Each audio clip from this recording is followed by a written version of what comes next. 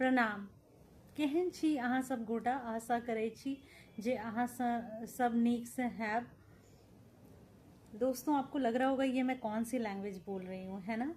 ये लैंग्वेज दरअसल मैथिली है। ये हमारे बिहार के मिथिलांचल क्षेत्र में बोली जाती है। दरअसल जब बात राजा जनक की हो और मैथिली न हो, ऐसा तो हो नहीं सकता। जी हाँ दोस्तों, आज हम बात कर रहे हैं राजा जनक की। और राजा जनक जो थे वो काफ़ी सेल्फ रियलाइज्ड पर्सन माने जाते हैं, यानी कि जीवन मुक्त माने जाते हैं। और आज मैं उनसे ही रिलेटेड कहानी सुनाना चाहती हूँ। एक बार की बात है, जो राजा जनक हैं वो सो रहे होते हैं और रात्रि का समय होता है। मध्य रात्रि के समय में उन्हें एक सैनिक ने सैनिक आते हैं और वो बोलते हैं कि हे राजन, बगल के जो पड़ोसी देश के जो राजा हैं उन्होंने हम पे आक्रमण कर दिया है। और वो बिल्कुल बहुत ज़्यादा परेशान हो जाते हैं राजा। और उसके बाद सारे सैनिक को लेकर फिर पड़ोसी जो देश रहता है, जो पड़ोसी राज्य रहता है, उनसे फिर युद्ध की तैयारी की जाती है। और राजा जनक बुरी तरीके से हार जाते हैं। वो हार जाते हैं और वो बहुत ज़्यादा ज़ख्मी हो जाते हैं। तो जो पड़ोसी देश के राजा होते हैं वो कहते हैं कि हे राजन, मैं अब, क्योंकि आप बहुत अच्छा लाइफ लीड कर चुके हैं, आप एक राजा हैं, तो मैं आपको मृत्यु दंड तो नहीं दूंगा, लेकिन आपको मैं निष्कासित करता हूँ। आप निकल जाइए इस राज्य से, आप इस राज्य को छोड़ दीजिए, आप कहीं और चले जाइए। इस तरीके से उन्हें निकाल दिया जाता है और वो बहुत ज़्यादा परेशान हो जाते हैं। और वो बिल्कुल फटेहाल होते हैं, ज़ख्मी होते हैं। वो बिल्कुल खाए पिए नहीं होते हैं, उन्हें भूख लगी होती है और वो दर दर बिल्कुल भोजन मांगते हुए फिरते हैं।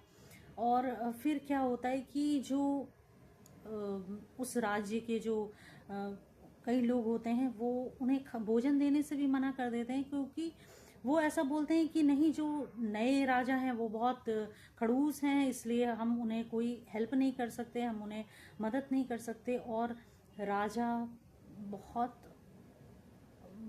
डिप्रेस्ड फील करने लगते हैं, राजा जनक। फिर क्या होता है कि वो कोई अन्य राज्य जाते हैं और अन्य राज्य में जाने के बाद वो देखते हैं कि एक बड़ी सी पंक्ति लगी होती है जहाँ पे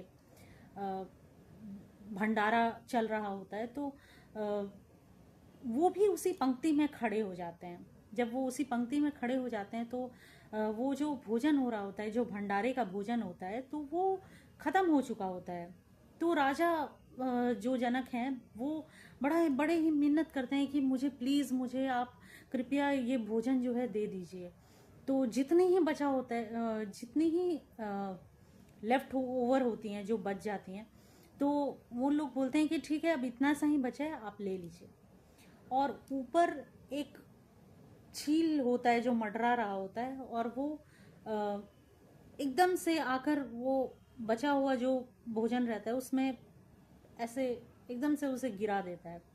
बस वो अंतिम बचा जो खाना होता है वो भी बस वो गिर जाता है। और राजा बहुत दर्द से करहार रहे होते हैं और वो सोचते हैं, हे भगवान, ये कौन सा दिन मुझे देखना पड़ रहा है।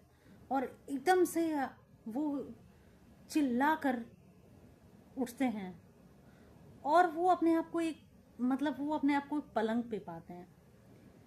मतलब कि वो स्वप्न देख रहे थे, लेकिन अब उन्हें यकीन नहीं होता है। तो सैनिक आते हैं, बोलते हैं कि हे राजन, क्या हुआ, क्या सब कुछ ठीक है? तो वो बस एक ही बात बोलते हैं, ये सत्य या वो सत्य, ये सत्य या वो सत्य। बस फिर वो सैनिक को कुछ समझ में नहीं आता है और वो हड़बड़ाहट में रानी को बुलाते हैं। और रानी महारानी से जब वो मिलते हैं तो फिर वो एक ही बात बोलते हैं, ये सत्य या वो सत्य। महारानी भी कुछ समझ नहीं पाती हैं। उसके बाद बहुत सारे राज्य वैद्य को बुलाया जाता है और वो एक ही बात बोलते हैं, ये सत्य या वो सत्य। वो बिल्कुल समझ नहीं पाते हैं कि ये क्या है। इतने में ही वहाँ पे जब ये बात पूरे राज्य में फैल जाती है और ऐसा लगता है कि सब बात करते हैं कि राजा जनक को हो क्या गया है। वो हर समय एक ही बात की रट लगाते हैं, ये सत्य या वो सत्य। तो सब सोचते हैं ये राजा ऐसे क्यों बिहेव कर रहे हैं। फिर अष्टावक्र एक मुनि थे जो कि 8 जगहों से टेढ़े थे। तो उन्हें बहुत वो ज्ञानी थे और बहुत सेल्फ रियलाइज्ड थे, वो संत थे और गुरु भी थे। तो वो समझ जाते हैं कि राजन के मन में क्या चल रहा है।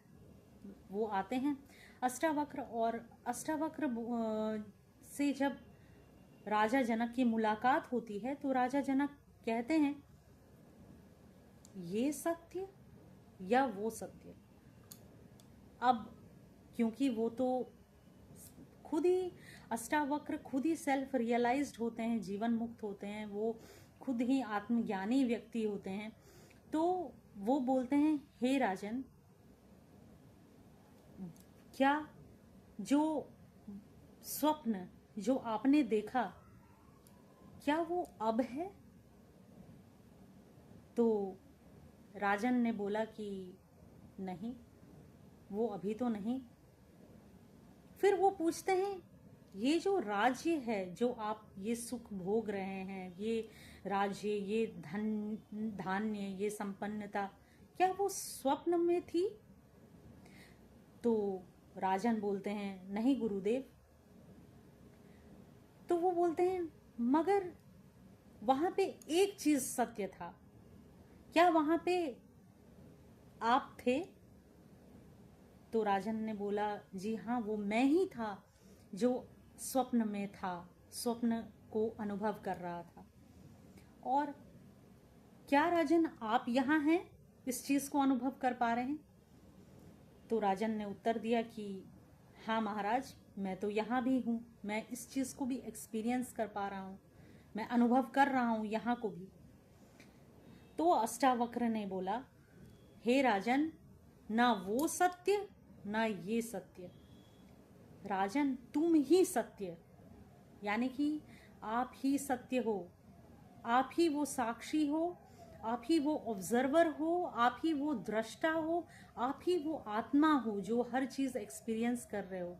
डीप स्लीप स्टेट आप ही एक्सपीरियंस कर रहे हो, वेकिंग स्टेट आप ही एक्सपीरियंस कर रहे हो, ड्रीम स्टेट आप ही एक्सपीरियंस कर रहे हो। तो वो एक्सपीरियंसर, वो ऑब्जर्वर, वो दृष्टा, वो साक्षी, वो आत्मा, वो ब्रह्म, वो दृष्टा, वो सब आप ही हो।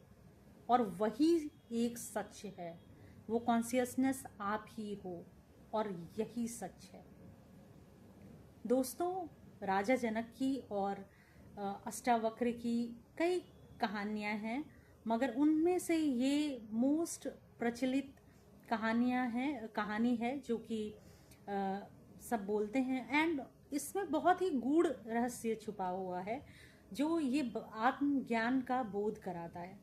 दोस्तों, आपको मेरी ये कहानी कैसी लगी, कृपया आप मुझे ज़रूर बताएं, और मुझे ये भी बताएं कि और भी कौन सी ऐसी चीज़ें हैं और भी कौन से ऐसे टॉपिक हैं जिन पे मैं वीडियो बना सकती हूँ, और कृपया मेरा मार्गदर्शन भी करें। आप सभी का बहुत बहुत धन्यवाद। राधे राधे।